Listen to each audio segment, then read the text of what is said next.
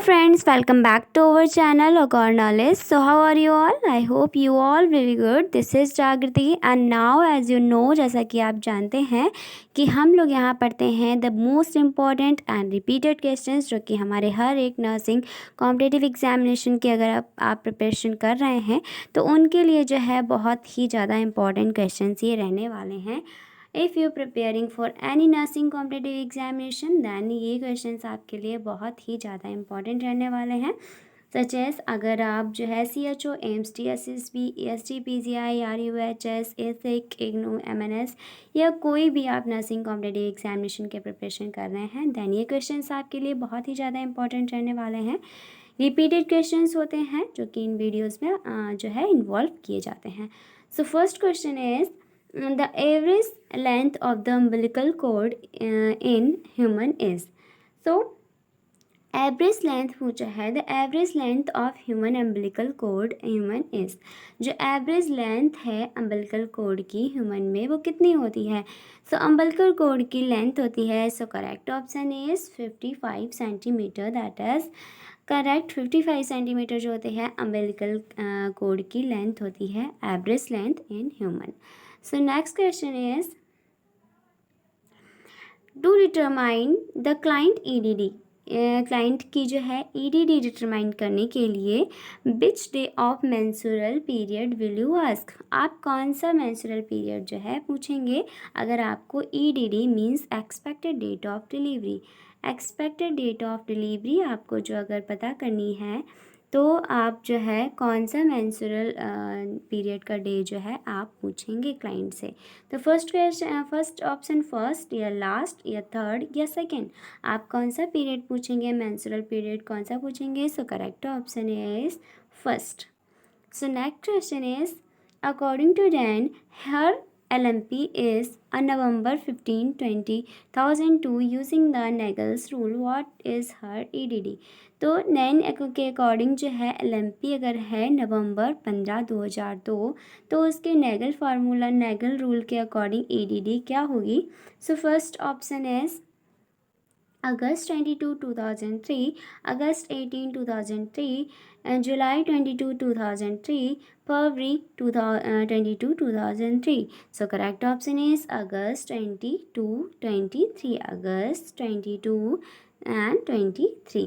It is a correct. So next question is urinary excretion of HCG in maximal between which day of gestation. So urinary excretion of HCG. What is HCG? तो human choriogonadotrophin. क्या है ये HCG. सो HCG क्या होता है human gonadotrophin होता है. सो urinary excretion of HCG का जो है यूरिनरी एक्सक्रीशन हो रहा है. So is maximal between which day of gestation. So gestation के कौन से दिनों में जो है मैक्सिमम होता है. सो first option is 50 to 60, 40 to 50, 60 to 70 and 30 to 40. So correct option is correction option 60 to 70 days में जो होता है मैक्सिमम अमाउंट होता है ऑफ द HCG.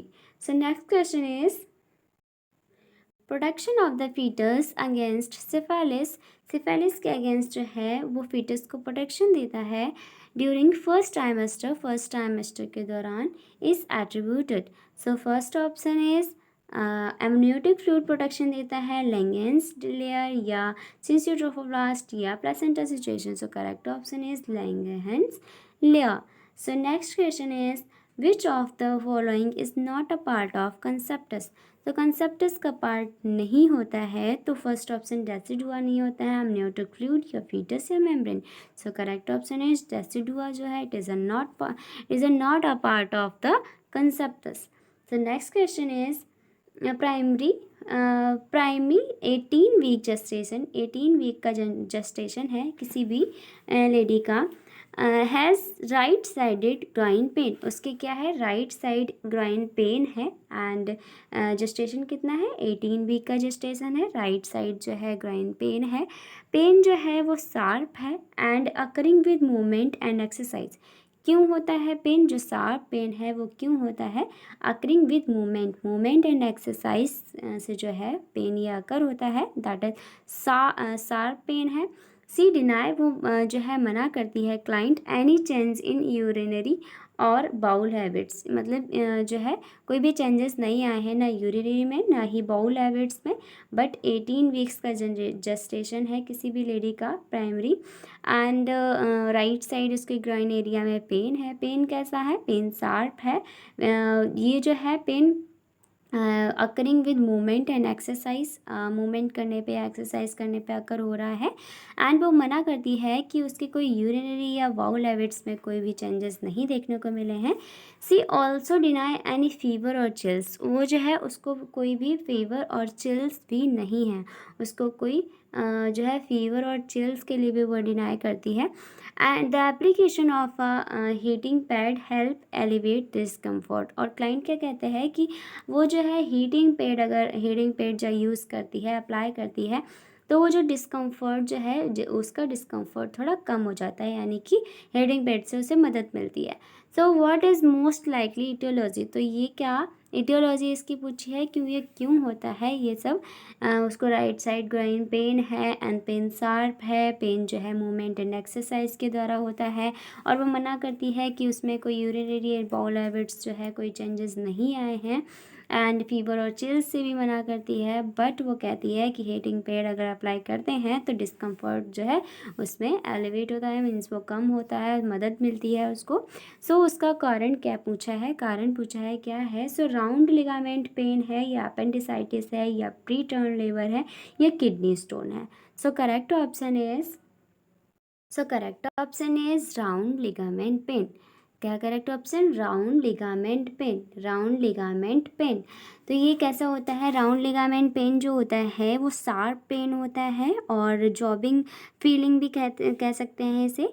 इसमें ये पेन जो होता है ज़्यादातर जो है लोअर एब्डोमेन और ग्रोइन एरिया में ही देखने को मिलता है। सो ये कैसा पेन होता है, राउंड लिगामेंट पेन होता है, that is sharp pain. So next question is, which of the following is appropriate route of administration for insulin? Insulin का appropriate route पूछा है एडमिनिस्टर करने का। सो first option intravascular, intradermal, subcutaneous and intravenous. So correct option है that is subcutaneous. Subcutaneous जो है insulin administer करने का, that is appropriate route of administration for insulin. So next question is, true regarding SLE in pregnancy except. तो SLE के regarding जो है true है, इनमें से सभी ऑप्शंस ट्रू हैं किसी एक को छोड़ के। So first option cause recurrent abortion, जो SLE अबॉर्शन है, अब SLE जो है वो रिकरेंट अबॉर्शन कॉज करती है, या second is lupus anticoagulant is an anticoagulant in vitro, third is cause eclampsia, and fourth is corticosteroids are contraindication. So true regarding SLE in pregnancy में SLE systematic lupus erythematosus, तो इसके regarding पूछा है कि इन तीनों ऑप्शन में जो है तीनों ऑप्शन, कोई तीन ऑप्शन सही हैं किसी एक को छोड़ के। So correct option is corticosteroid are contraindicated, corticosteroid are contraindicated because corticosteroid जो होता है वो are not contraindicated in pregnant women who is suffering from SLE। अगर प्रेग्नेंट वुमेन जो है SLE से सफ़र कर रही है तो उसको कॉर्टिकोस्टेरॉइड जो है वो एडमिनिस्टर करना कॉन्ट्राइंडिकेट नहीं है। सो ये क्वेश्चन में यही पूछा है कि ट्रू है SLE के रिगार्डिंग प्रेगनेंसी में किसी एक को छोड़ के। तो ये क्वेश्चन में लिखा है कि corticosteroid are contraindicated, but contraindicated नहीं होता है। So next question is, all of the following causes oligohydramnios except। तो इन सभी में से जो है, इन सभी ऑप्शन में से जो है वो कॉज हैं ओलिगोहाइड्रोमिनोस के। ये इन चारों में से जो है तीन ऑप्शंस जो हैं वो कॉज हैं, मींस कारण है ओलिगोहाइड्रोमिनोस कंडीशन के किसी एक को छोड़ के। So first option is renal agenesis, poor placental perfusion, post term pregnancy, anencephaly. So correct option is correct option is anencephaly, anencephaly. Oligohydramnios का एनेन्सेफेली से कोई भी रिलेट नहीं करता।